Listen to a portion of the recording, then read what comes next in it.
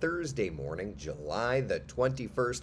I'm First Morning Meteorologist Eric Burris. This is Coffee Talk. We get together 7 days a week in the mornings at 8 o'clock to chat about what's going on in the world of weather. We're coming to you live today from, once again, Boston, Andover, Massachusetts, if we want to be more specific. I'm up at the Max User Group, where we are learning tips, tricks, deep dives into the weather computer that we use here at WESH 2 and across my company. So I'm really excited to be here to chat with you and, of course, to make sure you're updated on the full forecast. Technology is quite the thing, isn't it? It allows us to do this from anywhere in the world at any time. That said, top two things we are monitoring this morning: those showers and storms. Where are they going? When do they arrive? We're going to be talking about that. Plus, are we getting to record temperatures these next couple of days? We'll be talking more about that as well, because we are in the midst of a big push of heat across Central Florida. And I know that it's hot every day during the summertime, sure. But even these temperatures are just a little bit warmer even than that. So we'll get into all of that in just a few minutes. But before we do anything else, let's just take a live look outside. It is beautiful as we look toward the city. You can see a gorgeous, nearly clear sky. And what I do love is not only is it warm and muggy, that's pretty standard, but our radar is quiet. First warning, live Doppler radar. These last couple of days, we did have some rain out off the Gulf coasts, and that was kind of the harbinger of change, that indication that we were going to be getting the showers and storms popping on up perhaps a little earlier. But today, you can see it is a completely clean sweep, so it's a good thing to see. Where do we go from here? Let's talk about that 12-hour forecast. 88 by 11 o'clock. We'll be pushing to about 92 degrees 1 p.m. and 96 degrees by 3 o'clock. It is going to be hot. Yeah, 30 to 40% coverage of storms. It does look like the best coverage, the highest coverage of rain is going to be around 6, 7, 8 o'clock, kind of in that time frame. At least that's where we peak briefly at about a 40% coverage. Connie, good morning. Pam Ann, Tina, Esther, good morning. Good morning. Jessica says, please, sir, can I have some rain? We're working on it. I can't promise you're going to get it today with these kind of subdued rain chances, but hey, here we are. Courtney, good morning. Frankie, good morning. Emmy, Gretchen, good morning. Good morning. Carol, David, Ann, good morning to you. Great weather for staying inside the AC. My air conditioner in the hotel, 68 degrees. It is colder than I can even imagine explaining in here. I mean, it's chilly. Because we hit, what did Boston hit yesterday afternoon? Hold on, I'll check this. Not that you care, but I care, so here we are. I want to say Boston hit 92 yesterday. It's not Central Florida, I know. Okay, BOS. Where did Boston get yesterday?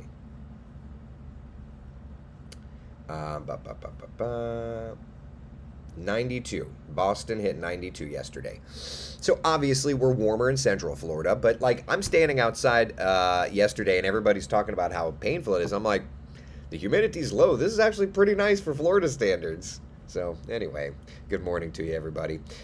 Kenneth, good morning to you. David, let's see, I'm just kind of rolling through here. Bring on the rain, Aaron says. Better than melting like Olaf in the summer. I know. In summer. All right, let's talk temperatures area by area, shall we? 96 degrees this afternoon in Orlando, 94 degrees in Leesburg, 94 degrees in Ocala. Along the East Coast, lower 90s as well, but the core of that heat is across the interior. We'll be into the mid-90s. We will be well above average temperature-wise. So let's get into it and let's chat about the rain chances, shall we? Beginning this morning, nice and quiet. Futurecast taking you through about noon, and we start to see a couple of those little showers. I'll bring it full screen. Start to see a couple of those showers popping up along the East Coast, a few additional showers along the West Coast, but watch through time. 2 o'clock, you can kind of see the sea breezes getting going. By about 3, 4 o'clock, a few isolated showers, maybe a few thunder showers, but there's that 6, 7 o'clock time frame. That's right about when we're thinking we're going to get that sea breeze collision, so we could get some bigger storms developing. But again, it's going to be a somewhat somewhat of a subdued rain chance today, 40%. And over the next few days, that rain chance does stay relatively low. So when we talk about the next few days, we stay at about 40%. The thing is, with temperature staying at about 40%, that heat starts to rise, especially the way that we kind of play things out this time of year. So look at our high temperature forecast over these next few days. 96 today, 97 tomorrow, 96 Saturday, and then we kind of raise those rain chances a little bit, looking ahead to Sunday, Monday, Tuesday. So it is going to be a warm day. Yeah. Tomorrow, it's going to be a warmer day. Yeah. So anyway, just keep all of that in mind. You know, we are in the hottest stretch of the year. And when I say that, I just mean that with our average high temperature, where we are, sitting at 92 degrees, and you can see that on the top of the screen here. With our average high temperature sitting at 92 degrees, that's as high as Orlando's average high gets. So this is the hottest time of the year. Illustrate as well a west-northwesterly wind. That is the hottest wind that we get. Kind of a westerly, southwesterly wind. That's as hot as it gets. Okay, so if you're looking for ways to stay cool, and certainly if I wasn't out in the air conditioning right now, I would be doing this with the family. Typhoon Lagoon would be a great place to go. Feels like temperatures cranking into the triple digits. Typhoon Lagoon opens up at 10 a.m. and rolls through 7 p.m. We'll be watching those scattered showers and those thunder showers, right? It's going to be the good day. If you want to go across the street, by the way, to Volcano Bay, 10 to 7. It looks good. What if you want to do your thing at the beach? Water temperatures mid-range of the 80s. Moderate risk of rip currents. So there is that. Moderate chop on the intracoastal waterways. Seas offshore 2 to 3. That's not too bad. Surf rolling about 1 to 2. That's very, very nice. So beach forecast is looking good. But let's talk about that heat index. Let's talk about that feels like temperature. Okay, today triple digits. So we're back into extreme caution across town. We're back there. Yep. We're back there. So it's if you, especially if you're not used to spending extended periods of time, like, oh, I'm going to take the family to Disney. Use extreme caution. If you work outside, certainly you know how bad it is and how bad it's been and how bad it will be. So that's today. If we look at these feels like temperatures, hold on, let me pull up the tomorrow. Stand by.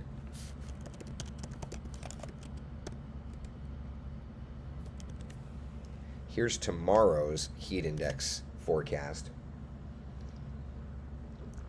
Also in the triple digits. So if you work outside, you know, once you get into that triple digit type heat, that's definitely kind of caution territory, right? So let's talk a little bit about records. For today, for example, this is tomorrow. Well, we'll start with tomorrow because it's going to be the hotter day. For tomorrow, we are forecasting a record high. 97 is our forecast. 97 is the record set a year ago.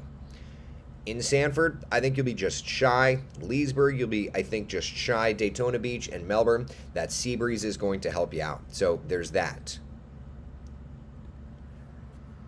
Let me pull up today's numbers. I think we're going to be just shy today. Record high versus forecast tomorrow. Here we are. Here's the forecast setup for today. 96 in Orlando today. Record is 98. Set back in 1892. It's not out of the realm of possibility, by the way, that we get there. Sanford, you'll be within a couple of ticks. And look at how old that record is. 86. You know? 35 years old. Leesburg, you'll be close.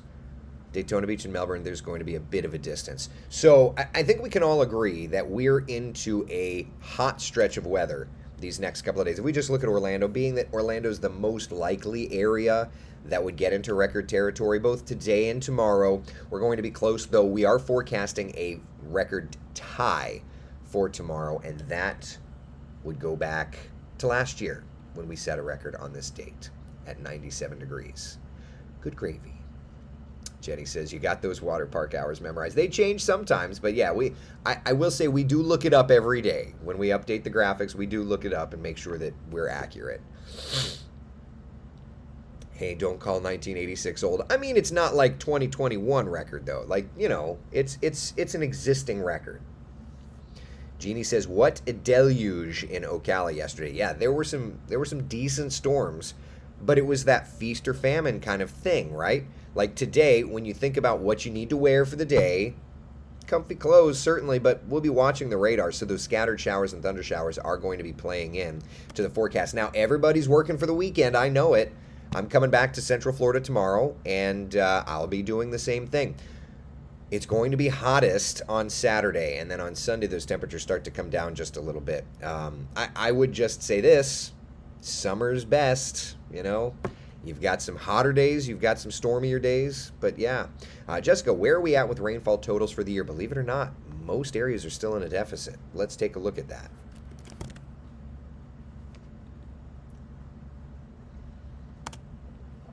All right, so rainfall to date, notice Orlando, 5 inches behind. Now, Leesburg, what do they say? Feast or famine, right? Like, Leesburg, you're 10 inches above.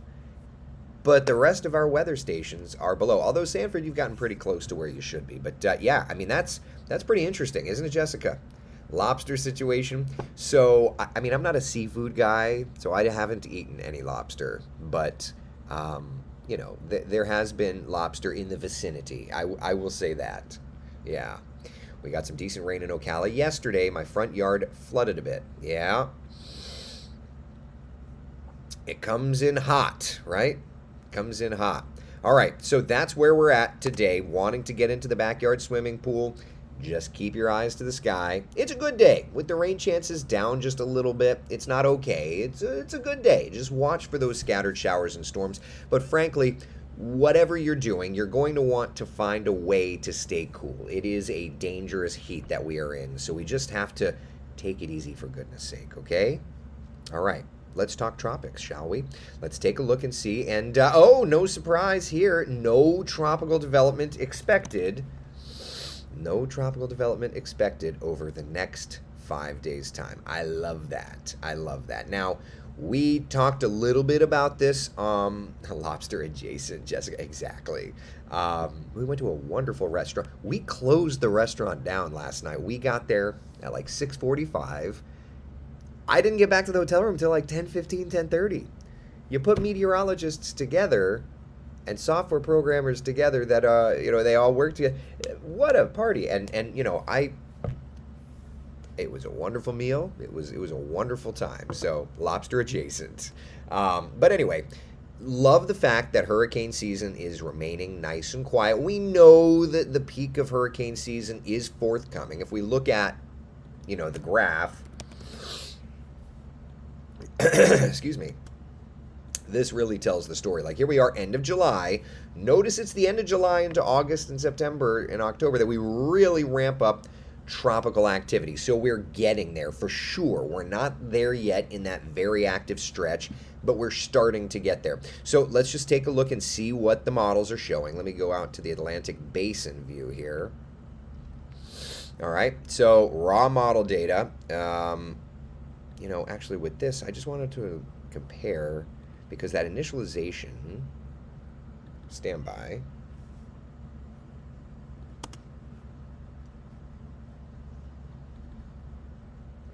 Click the wrong graphic. All right, so the model is initializing a pretty decent little thing out this way. Like right there.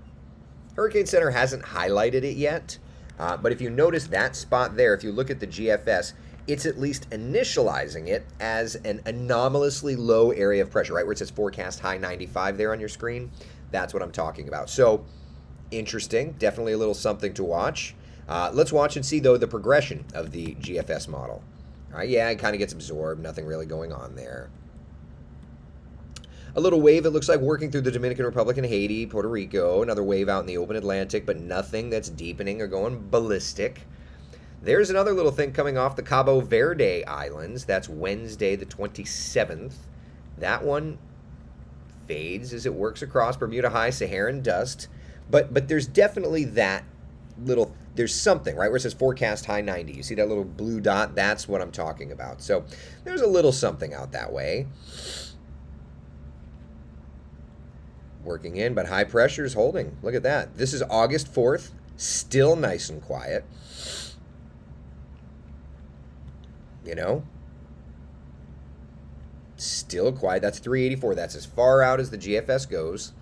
And it's still painting a nice, quiet perspective. Okay. So the tropics remain quiet. So when we look at the numbers, the ACE, or accumulated cyclonic energy for the year, sits at 2.8. The 30-year average sits at 8.3. So we are well below the average. When we look at named storm days, the average is 6.9. We have had 3.25 named storm days. However, we are a little ahead in terms of named storms because the Hurricane Center named 3 very brief systems. So 3 named storms. The 30-year average is 2.3. But of the actual energy, if you look at just the actual energy metric, we are well below the 30-year average and well below where we were this time last year. All right, so interesting. Now, that said, a buddy of mine just texted me, fellow meteorologist. Let's switch over to, he pointed out the, I clicked the wrong one, hold on. He pointed out the European ensembles. He said, take a look at the European ensembles. He says that he watches Coffee Talk sometimes, so not, you know, I maybe he's watching this morning or not, but Andrew, thank you. So let's just take a look through July. I just want to look. You see that there? Around August 3rd, let me zoom into the Gulf view. What's that? Yeah, that's interesting. He's pointing that out. Around August 5th. Now, if you recall, around August 5th, if we come back to the LRC,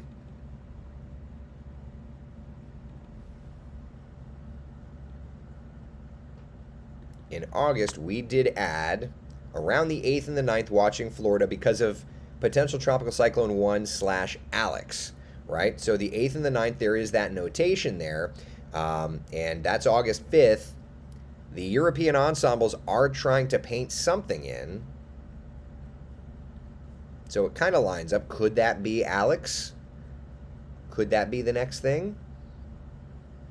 You know, the repeat of PTC 1? Could be. You know, if we back this up, it could be.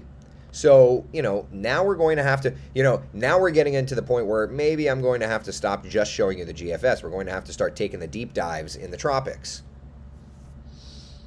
All right, but at least through August, it looks like things are quiet. After that, we may have some changes that we'll have to roll through and start watching. Yeah. All right. Any questions, comments, concerns? Florida in the summer is extremely hot. That it is. What was the ACE on today's date in 04? Jessica's asking. You're going to make me pull that up. Let me see. Excel. There's Excel. All right, hold on. Today's date, July 21st in 2004. I'm sure it was pretty low. Let me pull up my spreadsheet. Hold on, Jessica.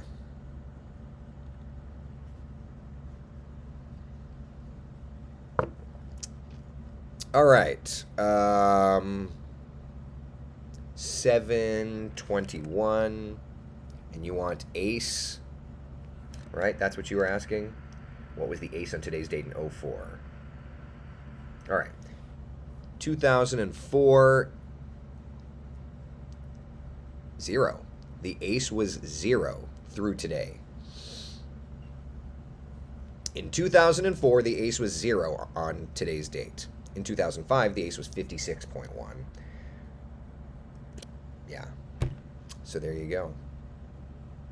Anything fun and new that you learned yesterday at the conference? So, yeah. So, Craig Setzer was speaking yesterday, and if you are a nerd who follows multiple meteorologists, he was a broadcast meteorologist in the Miami market for 22 years. He just left his position as chief meteorologist at WFOR, the CBS affiliate in Miami, who, by the way, WESH alum Ivan Cabrera replaced him, so very small business. Anyway, so Craig made a presentation about some techniques that he had used to visualize hurricane and tropical storm threats, which that's the whole purpose of these conferences, is to get new ideas, other ideas on ways to visualize data and ways to present information. And I loved it. So I've already I was texting Manolfi like screenshots of it, and I said to him, like, we've got some work to do. You know, I wanna work on these things. So, and then Craig's been working on trying to dig through some data, and I want to help Craig as well, because I think that can be a huge beneficial help for us when it comes to storm surge. He wants to take some raw storm surge modeling and put it into our weather computers, and I think we can do it. So I need to work with him on that. We just have to figure out the path to do it. All right. Any questions? Comments, concerns? I'll pop up the 7-day forecast while we chat about that. How long would Alex run through? Would the 12th through the 19th of August? No, it would be done and over with. If the European ensembles are sniffing it out, it looks like Alex would be running a little ahead. And when do you come back tomorrow? Calendar.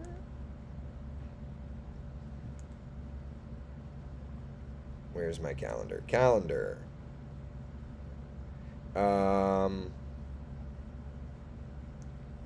Noon flight back.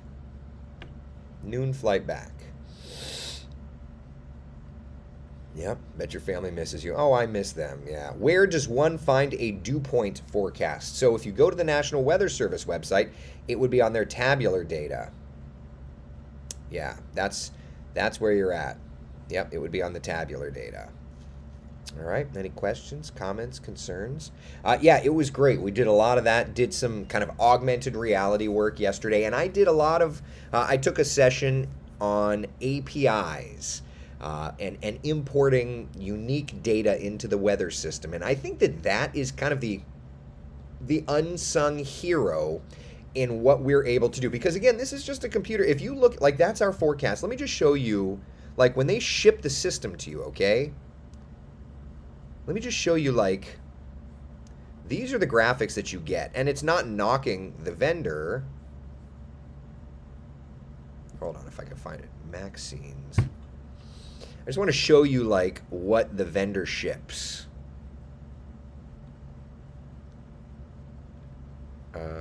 Here. Yeah, like, these are the kinds of graphics that the system is shipped with. You know? It's fine. But it's my job to make things that look like this. You know, it's my job to create cohesive look within the news product. And so the system is what you make of it, is what I'm trying to say. Like, they ship templates, they'll make gorgeous graphics, but it's up to us, the user, to make it look really good. And so with that said, it's also up to us, the user, to take raw data and get it into the graphics. You know, and that's one of the ways, for example, that we display air travel information. And I'm, like, you know, worried about this, of course, because I'm traveling tomorrow. But, like, I did get a notice just a couple of minutes ago that, again, Orlando International Airport is starting to run some departure delays, 15, 20, 30 minutes time. That is built into the weather computer, but I'm able to aggregate this data. This is raw data that I'm getting. And, you know, being able to take raw data and put it into the weather system, that is a big deal. So that is the power. Alex, you know, Alex Alisi's dangerous. I'd like to think I'm dangerous. I don't know. But you put Alex and I together, we're dangerous. You know, I always say that, like, he fills in the gaps that I have, and I'd like to think that I fill in the gaps that he has when it comes to coding. And so I took an entire course yesterday on things like this, importing local data. Like, one of the big things that I got, you know, I've got the ability now to take my personal weather station at home and put it into the weather computer. I'd never even thought to open up that API. So again, super nerd stuff. But it's, at the end of the day, it's being able to tell the best weather story we can, to be able to help tell you, help tell you what's going on in the world of weather the best way possible. And that's what it's all about. At the end of the day, that's what it's all about. And I think that we are pretty successful at doing that. And I always want to push the buttons. I was texting Alisi all day. He's like, I'm playing reporter today. I'm like, great. Refer back to these later. Josue says, I work out of MCO Airport. There's been delays for past 2 weeks daily due to weather. Yeah, I'm a little worried. I'm not going to lie. Yeah. Oh, well. All right. Any questions? No? Anything? Maybe? All right, so that's it. I will be posting on the Facebook and the Twitter and all that fun stuff, making sure to keep you guys and gals updated through the day as best I can. It's very busy. Today's a short day. Today's itinerary from 9 to 9:45, the most underutilized but powerful features. 10 to 10:45, this is a big one. What's new and the product roadmap. Where is the weather computer data going? What's next? What are they adding feature-wise into products? 11 to 12:45, ask the product experts in panel discussion. Boxed lunch. So it's quick. It's quick lunch. And then 1:45 to 2:30 breakout sessions, and 2:45 to 3:30 breakout sessions. I